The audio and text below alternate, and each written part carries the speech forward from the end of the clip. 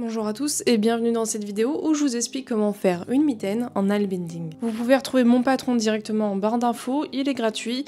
Après en fait il vous explique juste tout ce que je vais vous expliquer dans les vidéos, ça sera juste mis en écrit. Dans cette vidéo je vous présente comment faire ce genre de création en laine, donc c'est-à-dire des mitaines comme ceci, qui sont souvent utilisés en reconstitution historique, surtout à l'ère viking. C'est comme ça en tout cas que moi j'ai connu cette pratique. J'ai aussi fait cette deuxième paire de mitaines qui est un peu plus spéciale puisqu'elle contient un espace pour le pouce, mais ça on verra dans une autre vidéo. Je vous laisse dès à présent avec la suite. Pour commencer, vous aurez besoin d'une pelote de laine. Pour ma part, je l'ai achetée chez la boutique de Berger Cathar qui fait des pelotes en brebis, moutons, mohair, etc. que je trouve très résistantes. Vous pouvez vraiment tirer dessus, ça ne se casse pas. Vous aurez besoin aussi d'une aiguille. Alors pour la mienne, elle est en plastique, mais le mieux c'est de prendre une aiguille en bois. Vous aurez besoin d'un ciseau. Le mieux, encore une fois, est de prendre un ciseau un peu plus historique. Le mien est totalement moderne, il fait l'affaire. Une pelote naturelle n'a pas forcément besoin d'un ciseau pour être déchiré. Pour finir, on aura besoin d'un récipient avec un petit peu d'eau dedans et on peut dès à présent commencer. Pour commencer, on vient sélectionner environ quelques centimètres de fil de laine. Il faudra bien entendu le couper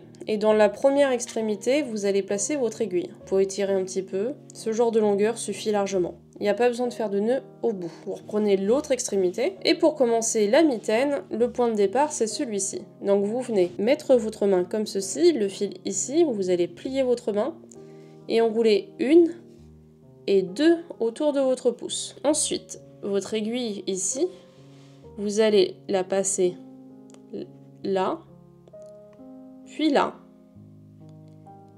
vous tirez un petit peu, et ensuite vous tournez et vous retombez dedans.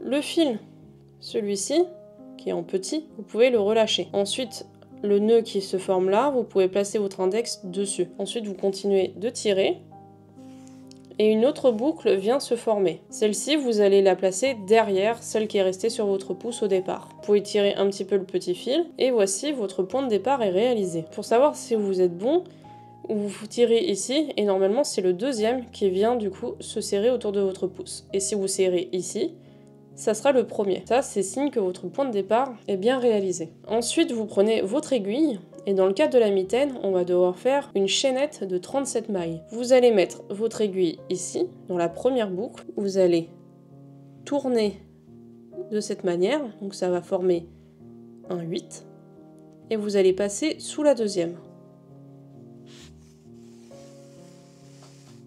Et ensuite, vous tirez. Vous allez du coup replacer votre boucle derrière l'autre et ainsi de suite. Pour le moment, tout ce qui va se passer derrière, vous n'avez pas besoin de toucher. Donc vous passez ici, à la première boucle, vous formez un 8 et vous passez en dessous la deuxième boucle et vous tirez. Là, on vient de faire du coup 2 mailles. Pour le moment, nous avons une chaînette de 2 mailles. On va continuer jusqu'à peu près 10 mailles sans se préoccuper de ce qui se passe derrière.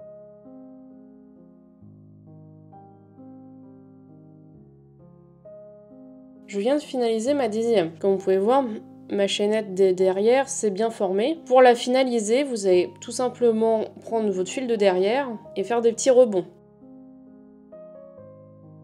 Et normalement, petit à petit, ça va se détendre. N'hésitez pas à tirer un peu plus au bout pour bien fortifier votre première maille. Ainsi, vous voyez que votre chaînette s'est formée. Donc là, nous sommes à 10 mailles et nous, on en a besoin de 37. Donc on continue jusqu'à atteindre les 37. Je viens d'atteindre la 37e maille, donc je forme à nouveau ma chaînette, j'étire bien. J'hésite pas à mettre les boucles un petit peu rebelles dans le lot, en formant des petits cercles avec mes doigts, et la boucle va se mettre dans le lot. Donc là, nous avons notre chaînette de 37 mailles. On va devoir relier le tout pour former du coup le poignet. Mais on va faire une courte pause pour vous expliquer que là, je viens d'arriver au bout de mon fil de laine. Alors vous pouvez mettre en pause du coup en gardant les 2 boucles, et vous allez mettre tout simplement ça de côté. Vous allez reprendre votre pelote de laine et reprendre du fil. Au début, si vous commencez, n'hésitez pas à prendre moins de fil. Moi j'ai l'habitude, donc j'en prends un peu plus, mais on se perd nettement moins avec moins de fil. Avec une extrémité du nouveau fil, vous allez tout simplement le diviser sur quelques centimètres, genre 2 cm, ça va très bien. Vous faites pareil de l'autre côté, du coup avec le fil de votre création que vous avez mis en pause. Ensuite, vous allez, avec les 2 V, vous allez mettre ensemble, comme ceci. Maintenant que vous en êtes là, vous allez prendre votre eau. Vous allez plonger les 2 morceaux ensemble, et si c'est de la laine naturelle, l'eau va très vite se faire absorber par la laine. Et une fois chose faite, vous allez mettre sur votre première paume de main, et à l'aide de la deuxième, vous allez faire des mouvements de frottement, comme une dreadlocks. Donc là, vous allez frotter.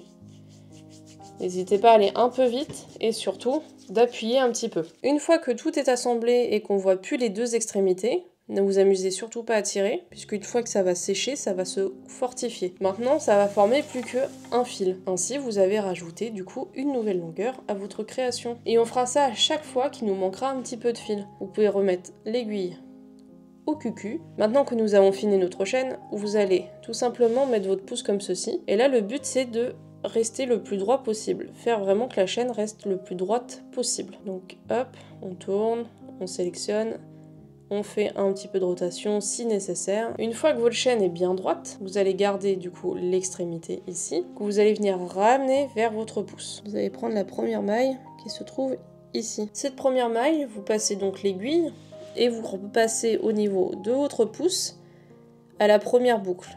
Vous tournez et vous passez dans la deuxième boucle de votre pouce. Et vous tirez. Donc là, ça va relier les 2 extrémités ensemble. Et là, on continue. Donc on va prendre la deuxième maille qui est ici. Et on continue. On prend la première boucle, on passe dans la deuxième et on tire. On va s'amuser à faire ça sur tout le tour jusqu'à former le premier tour. Donc vraiment, tout le temps, répéter le même geste. Prendre la maille d'après, mettre dans la première boucle, tourner et placer dans la deuxième. Et on tire. C'est vraiment tout le temps le même geste qu'on va répéter sur toute la longueur de notre chaînette. Vous venez d'arriver au bout de votre ligne, donc forcément ça c'est un peu épaissi. Et là du coup vous venez de former 2 lignes. Votre ligne de départ qui est en dessous et votre ligne que vous venez de former juste au-dessus. Et ben en fait vous allez faire ça, donc tourner en rond pendant 17 tours. Tout simplement. Si vous voulez changer la couleur, vous pouvez le faire avec le système de reliure à l'eau. Mais en tout cas, là, on va faire un total de 17 tours pour arriver jusqu'à l'extrémité du pouce. Maintenant qu'on en est arrivé là, c'est-à-dire qu'on a fait nos 17 lignes, après je rappelle que vous n'êtes pas obligé de faire 17 lignes, vous pouvez très bien réduire, etc. en fonction de la longueur souhaitée. Personnellement, j'avoue que j'aime bien avoir un côté plutôt desserré au niveau de mes gants, mitaines, etc. Donc c'est pour ça que j'ai choisi, on va dire, une taille un peu plus large que d'habitude. Après, il faut vraiment adapter le nombre de tours de maille à votre souhait. Maintenant qu'on en est là, on va faire l'espace dédié au pouce. Donc dans ce cas précis, moi personnellement, je vais faire un espace de 9 mailles pour réussir à faire l'espace du pouce. Donc dans ce cas, on va devoir faire 9 mailles déjà comme le point de départ, comme quand on fait notre chaînette.